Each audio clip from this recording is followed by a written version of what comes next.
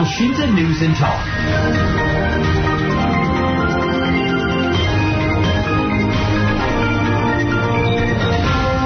Pendengar, Kementerian Luar Negeri Republik Indonesia memberikan pendampingan terhadap 5 warga negara Indonesia yang diduga melanggar ketentuan keimigrasian di Arab Saudi.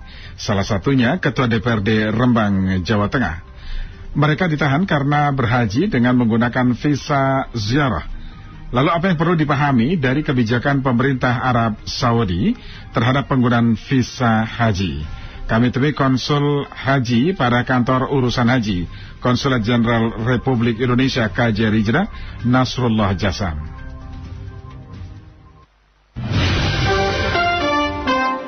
Elshinta News and Talk. Halo, Assalamualaikum Pak Nasrullah. Waalaikumsalam warahmatullahi wabarakatuh, Pak Rio. Baik, Pak Nasrullah, bagaimana kabarnya Pak? Alhamdulillah sehat walafiat. Sehat ya. Rio. Pak Nasrullah bisa buka kamera dong Pak Nasrullah? Oke, siap. Ini lagi di perjalanan menuju Mekah. Oh, menuju Mekah. Dari Jeddah ke Mekah ya, Ya. Pak Nas ya? Betul, Pak Rio. Baik, baik. Sinyalnya luar biasa. Wah, sudah terlihat Pak Nasrullah di perjalanan ya. Oke, Pak Nas, ini kan kasus yang sekarang sedang ramai di Indonesia. Ini kan akhirnya jadi pelajaran penting untuk kita semua Pak Nas ya. Utamanya dalam berhaji, niat berhaji dan menggunakan visa haji yang diperbolehkan oleh pemerintah Kerajaan Arab Saudi. Nah, apa sih Pak Nas yang perlu diperhatikan dalam kasus ini Pak Nas? Ya, Pak Rio, sebetulnya sudah sejak lama pemerintah Arab Saudi itu ada ketentuan bahwa orang yang berhaji harus dengan visa haji atau dengan tasrih haji bagi para mukimin yang ada di Arab Saudi. Slogan-slogan misalnya la hajja bila tasrih itu bisa kita dapati di tahun-tahun sebelumnya, tahun 2023, 22, 19 dan belakangnya itu sudah ada di pengumuman-pengumuman, edaran-edaran, di reklame kalau kita dari Jeddah menuju Mekah, dari Madinah menuju Mekah itu kita dapati ada tulisan-tulisan la hajja bila tasrih, la hajja bila tasrihatul haji. Tidak boleh haji kecuali dengan visa haji atau dengan tasrih haji para mukimin. Jadi jelas sekali bahwa ketentuannya seperti itu. Nah, hanya tahun 2024 ini memang diberlakukan secara ketat sesuai dengan komitmen antara Menteri Haji Arab Saudi dan Pak Menteri Agama waktu kunjungan ke Jakarta, bahwa kedua Menteri itu menyepakati bahwa tahun 2024 ini betul-betul diberlakukan secara ketat dengan berbagai macam konsekuensi bagi pelanggarnya, seperti itu Pak. Iya, pada saat musim haji kemarin kan banyak juga yang dipulangkan ya Pak Nas ya, dideportasi karena pelanggaran visanya Pak Nas. Betul, memang bagi pemegang visa ziarah mereka itu datang ke Arab Saudi dengan cara yang benar ya. Hanya ketika musim haji itu sudah berlaku bahwa pemegang visa ziarah ini tidak boleh masuk ke kota-kota perhajian. Dalam hal ini kota Mekah, kota Madinah. Kalau di kota-kota lain seperti di Jeddah, di Taif, katakanlah di Riyadh, di Qasim, di Anbu atau di Dammam itu boleh. Jadi karena mungkin bisa jadi di musim-musim haji sekalipun banyak orang pemegang visa ziarah itu memiliki keperluan, bukan keperluan untuk haji, jadi memang untuk bisnis, untuk kunjungan keluarga dan lain sebagainya. Seperti itu. Nah, karena itu bagi pemegang visa ziarah di musim haji tahun 2024 ini, mereka yang kedapatan ada di Mekah itu langsung dikeluarkan di luar kota Mekah. Jadi dikeluarkan di Jeddah, dikeluarkan di kota-kota di kota. Ya, itu jelas kemarin ya Pak Nas ya, mereka di razia. Jadi pihak polisi Saudi, polisi setempat melakukan razia di hotel-hotel terhadap orang-orang yang diduga akan menggunakan visa-visa di luar visa haji untuk berhaji Pak Nas. Ya, jadi memang selain razia, Pak Rio, itu juga ada pengetatan akses menuju Mekah, menuju Madinah, yang kita kenal dengan taplis atau checkpoint. Ya. Itu bagi misalnya bahkan tinggal di sekalipun itu kalaupun misalnya mereka tidak memiliki tasrih murur, izin untuk melintas kota Mekah, mereka akan tidak diperbolehkan. Katakanlah saya yang berkantor di Jeddah, itu kan hampir tiap hari yang namanya tasrih murur, yaitu izin melintas yang bisa diperoleh melalui Kementerian Luar Negeri Arab Saudi.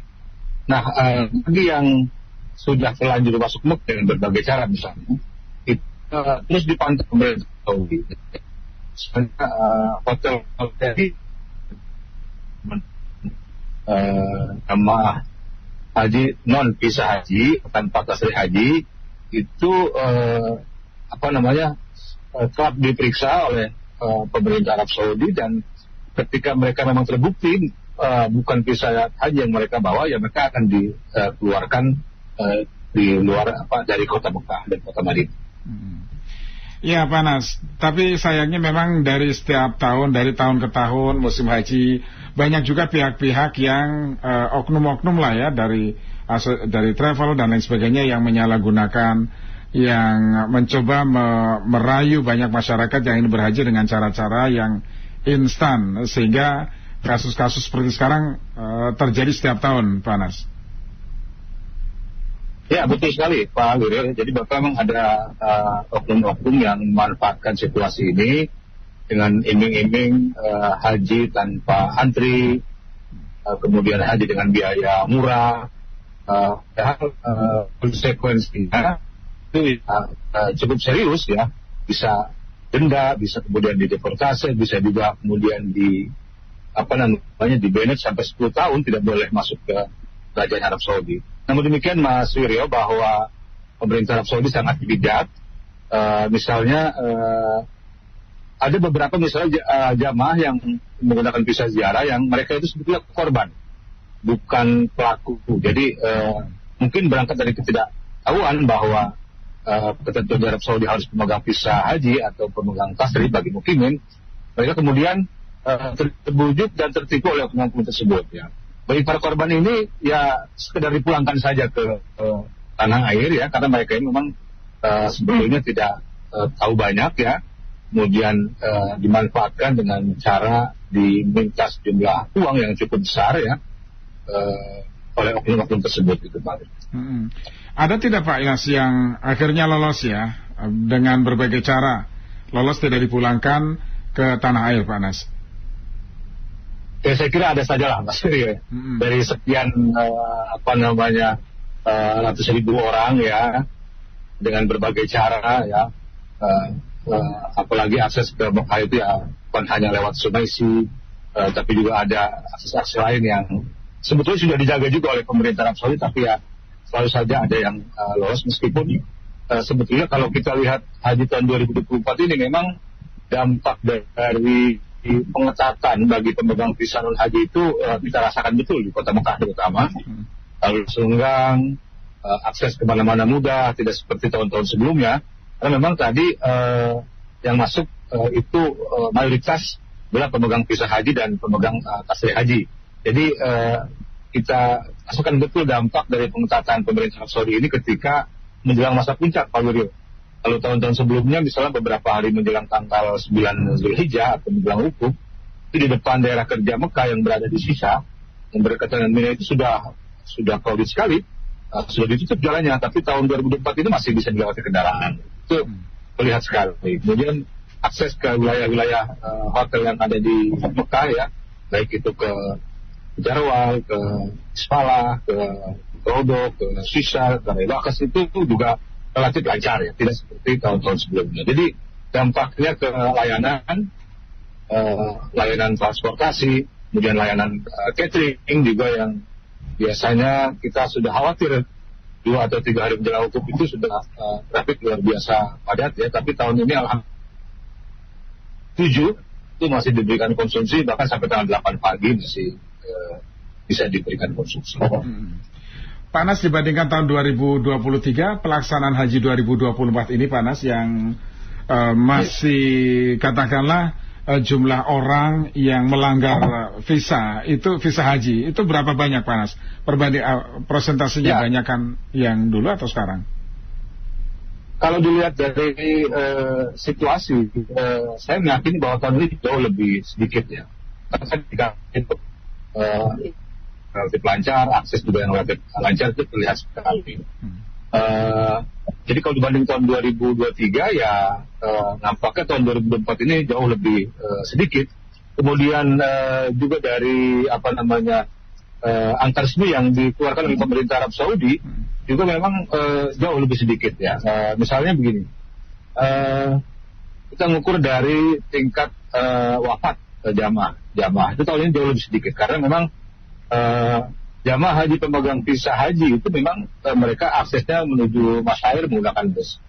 Banyak yang wafat itu jamaah bukan pemegang haji karena mereka berjalan kaki, terus kemudian ada yang tidak dapat tenda di tengah cuaca yang sangat panas sekali gitu. Jadi kalau dibandingkan dengan tahun lalu ya saya kira kelihatan sekali bahwa tahun ini jauh lebih sedikit ya. Karena tadi bagi mereka bukan pemegang visa haji tidak mendapatkan akses bus misalnya, mau tidak mau mereka harus jalan kaki. Ya. Seperti itu Pak. Ya. Pak Anas, lalu visa apa saja sih Pak Anas yang diperbolehkan oleh pemerintah Arab Saudi untuk berhaji Pak Anas? Hanya visa haji. Nah visa haji itu nanti ada visa haji reguler ya, visa haji khusus atau visa haji furoda. Jadi lagi visa haji itu diberikan Saudi bagi penduduk Arab. Mereka bisa mengakses nusuk untuk bisa berangkat haji. Dengan membeli paket dan mendapatkan tasrih atau izin haji. Ya, oke. Tadi karena sempat terputus, saya ulangi, berarti pertama visa haji, baik haji reguler ataupun haji khusus, haji kemudian khusus, furoda ya. Haji furoda. Ya. Baik. Di luar tiga jenis visa itu sama sekali nggak boleh ya Pak Anas ya masuk ke Mekah atau Madinah. Tidak diperbolehkan. Terus isi ziarah. Begitu ziarah Ailiyah, ziarah ziarah untuk wisata, kemudian bisa amil musim dan sebagainya itu dilarang untuk haji. Tapi mereka yang masuk para Saudi yang bisa-bisa tadi masuk secara resmi, hanya tidak boleh melaksanakan ibadah haji. Bahkan di kami pun Pak Wiryo di kantor urusan haji itu petugas haji yang tidak punya tasrih haji harus mengurus tasrih masuk masyair. Nah, tasrihnya ini hanya untuk masuk, tidak boleh berhaji. Jadi ditulis dalam tasrihnya itu ghair musarrah lahu bil haji, tidak diperkenankan untuk pergi haji. Ya. Karena kami kepentingannya untuk membantu jamaah, itu dikasih tanda khusus bahwa kami tidak boleh berhaji. Ya. Ya Pak Anas, jadi setiap tahun kan ya, kalau untuk kebijakan ataupun pengetatan, pengawasan dan sebagainya itu kan sangat ketat sekali. Saya tahu persis ketika 2017 lalu jadi petugas haji saja di checkpoint begitu sangat ketat sekali pemeriksaannya. Ini memang padahal petugas ya sangat ketat sekali, sudah ada ID-nya dan lain sebagainya, itu dicek satu persatu. Jadi tidak bisa masuk ke Mekah ataupun Madinah pada saat musim haji.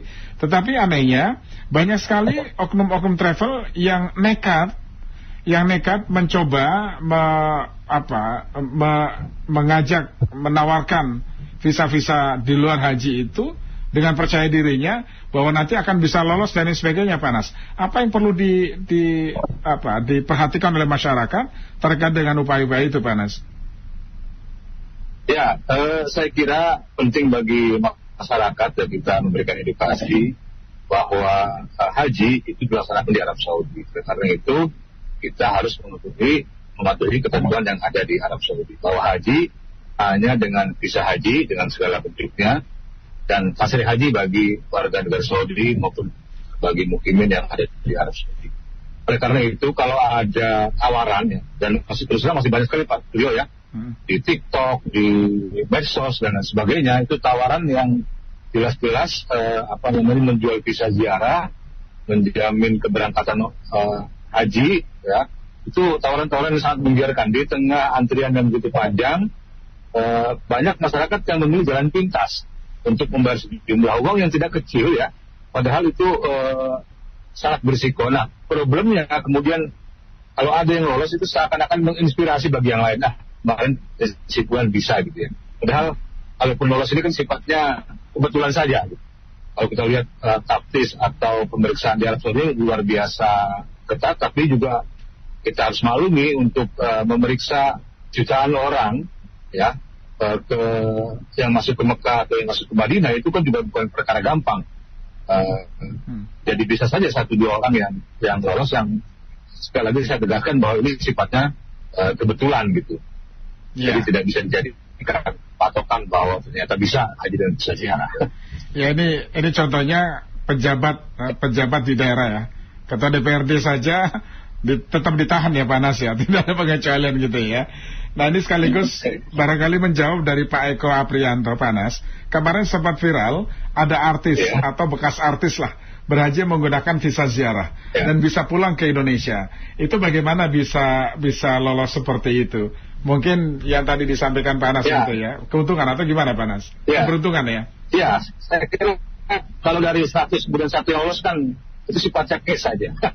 Jadi dan tentu kami sangat menyayangkan di tengah gencarnya upaya pemerintah Arab Saudi, pemerintah Indonesia mengampanyakan haji dengan cara yang benar, dengan menggunakan visa haji, tiba-tiba ada public figure yang terang-terangan mengaku berangkat dengan visa ziarah, dan ini bisa saja menginspirasi yang lain yang punya keinginan pergi haji di tengah dan begitu panjang. Bahkan beberapa waktu yang lalu juga ada selegram yang mengendorse visa ziarah dan sudah diamankan oleh pemerintah Arab Saudi. Jadi sekali lagi Mas Wiryo, bahwa pemerintah Saudi itu punya program negara tanpa pelanggaran. Jadi data itu sangat detail sekali, terikut meskipun dari sekian puluh tahun. Saya kira nanti kalau berhaji yang bisa dilihat bisa haji itu bukan hanya sekarang dampaknya, tapi 10 tahun yang akan datang setidaknya. Belum lagi yang namanya denda, bahkan ancaman penjara bagi orang yang memfasilitasi. Ini kan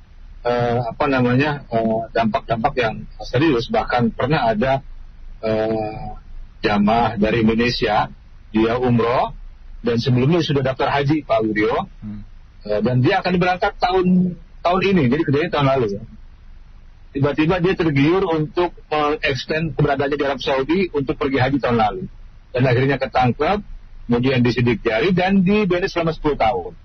Yang harusnya dia bisa berangkat haji tahun ini karena pelanggaran yang dilakukan tahun lalu, dia 10 tahun lagi baru bisa masuk ke Arab Saudi. Ini kan sihan gitu ya. Ya. Baik, Panas, mudah-mudahan masyarakat semakin hati-hati ya, peduli dan hati-hati tawaran-tawaran berhaji dengan cara yang cepat agar tidak menjadi korban berikutnya. Terima kasih, Panas, sudah bersama kami. Sama-sama. Saya selalu, Panas, selamat bertugas. Terima kasih ya. Pendengar demikian tadi Konsulat Haji pada Kantor Urusan Haji Konsulat Jenderal Republik Indonesia di Jeddah, Nasrullah Jasam.